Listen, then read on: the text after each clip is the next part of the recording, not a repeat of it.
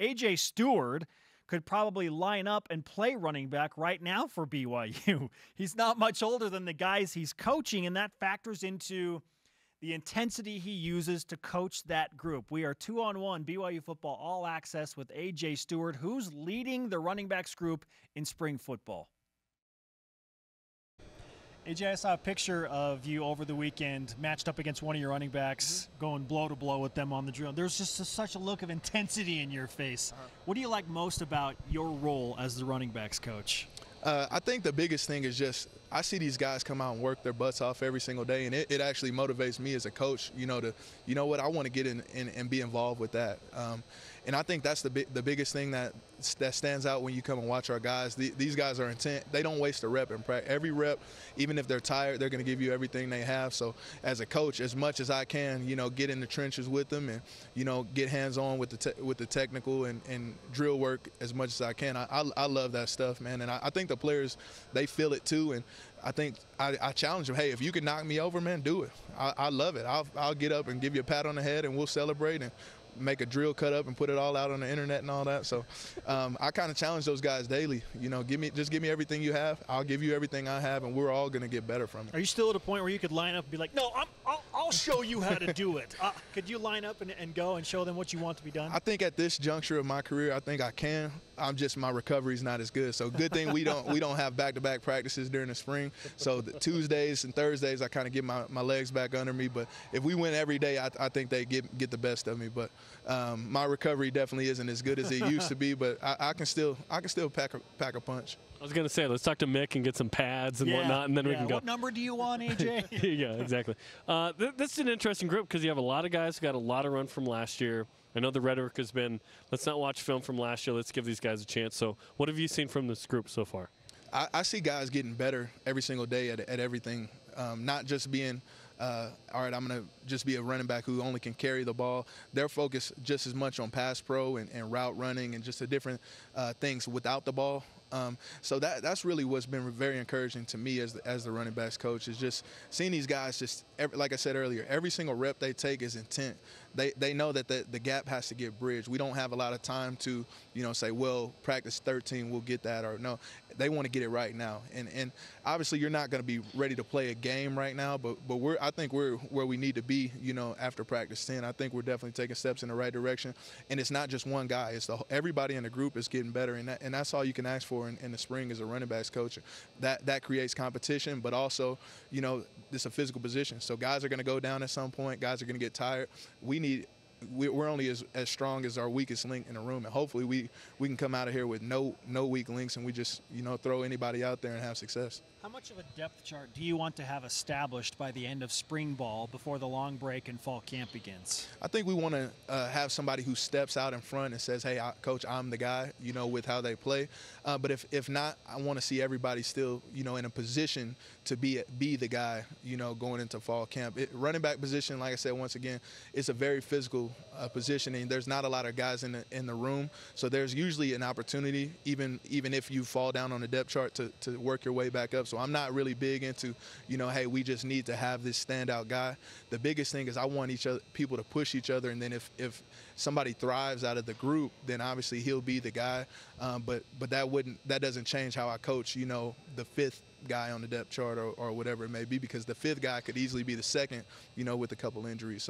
So that's the biggest thing, is hopefully we do have a guy or two or three or four that says, hey, coach, you're going to have to put me in the game, when we play against Arizona. But however the cards fall, we all have to be prepared to make an impact at some point this season. You want diversity of type of player and whatnot, but defendability becomes a little easier when there's the one guy who only comes in on third down and he catches the ball. So is there a guy that you feel is a back that you can throw in from multiple downs at this point? I think, honestly, to be honest, they're all kind of even right now, and that's great. because I don't want just a one-trick pony. You know, hey, you're only good for 3rd and shorts, or hey, you're only good, you know, 1st and 2nd down. They all are preparing right now to be an every down back, and that's how I coach. I don't like just, you know, hey, we're going to create these 17 different personnels to make sure we get everybody in for the perfect situation. You know, that makes it harder on everybody. We need you to pick up blitzes. We need you to be physical in short yardage. We need you to be, you know, savvy when it comes to situational football and all that. So honestly, right now, they're all getting coached so that if you have to play 80 snaps in a game, you can play it and we can rely on you. And that's just how I want to be as a coach. There's going to be different situations where you want to put certain guys in, but we're not going to just go change the whole offense around because one guy is not willing to do a certain attribute that a running back is called to do. Now, I think BYU fans feel like they have a good idea of what Squally Canada brings to the table, and they saw some Ula Tolutau last year, but they haven't seen Zach Katoa in large part, and they haven't seen a ton of Riley Burt. So let's focus on those two guys, starting with Zach. What type of a back is Zach Katoa? He's a very electric guy. He can do some things in space and with his feet, his vision. He's a very natural running back, just a playmaking, home run type guy.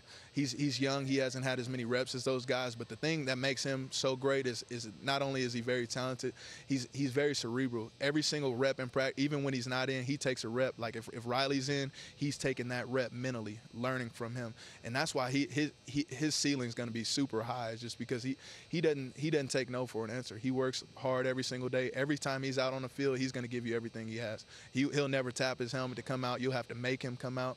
He's after practice for, you know, till we tell him, hey, you got to get out, go to, you know, to the locker room or whatever. So the sky's going to be limit for that guy because he works his butt off. But that mixed with the talent he has, it's going to be scary for some defenses coming in the near future. And how about Riley Burt? Riley Burt's doing a great job. He's being a bigger running back, you know, it's not as easy, you know, as some of these other guys like Squally to naturally have that pad level and that forward lean that you look for in running back. So we've really been just working on that this whole spring and just getting them really uncomfortable, you know.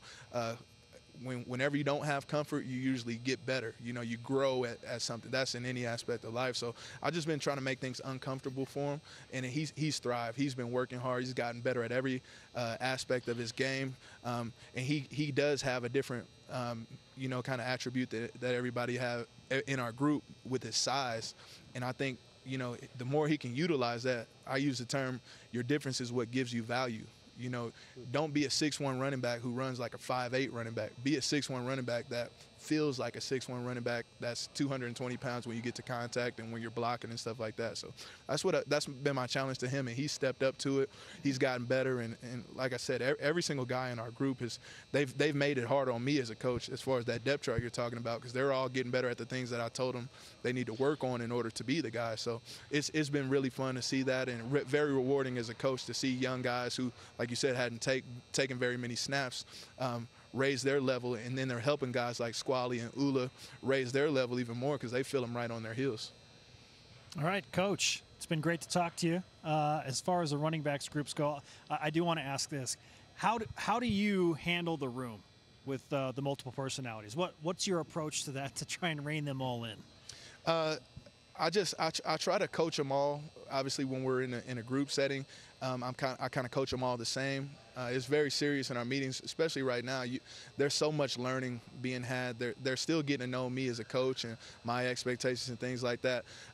At the running back position, you usually have about 5 to 10 guys that you're working with, including fullbacks. So I try to coach them all the same, hold them all to a high standard. Nobody is safe in it. If you make a mistake, you're gonna, you know, we're gonna coach you up in the meeting room. If you have success on the field, I'm gonna be the first one to praise you.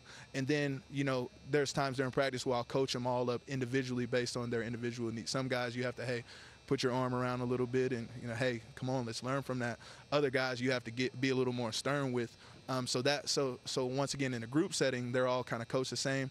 And then individually, me understanding the way they're coached, I do that based on the situation in practice or off the field and whatnot. All right, we appreciate the insight into the philosophy that goes into coaching a bunch of different guys. Thanks, Coach. For sure, thanks. Appreciate you guys having me.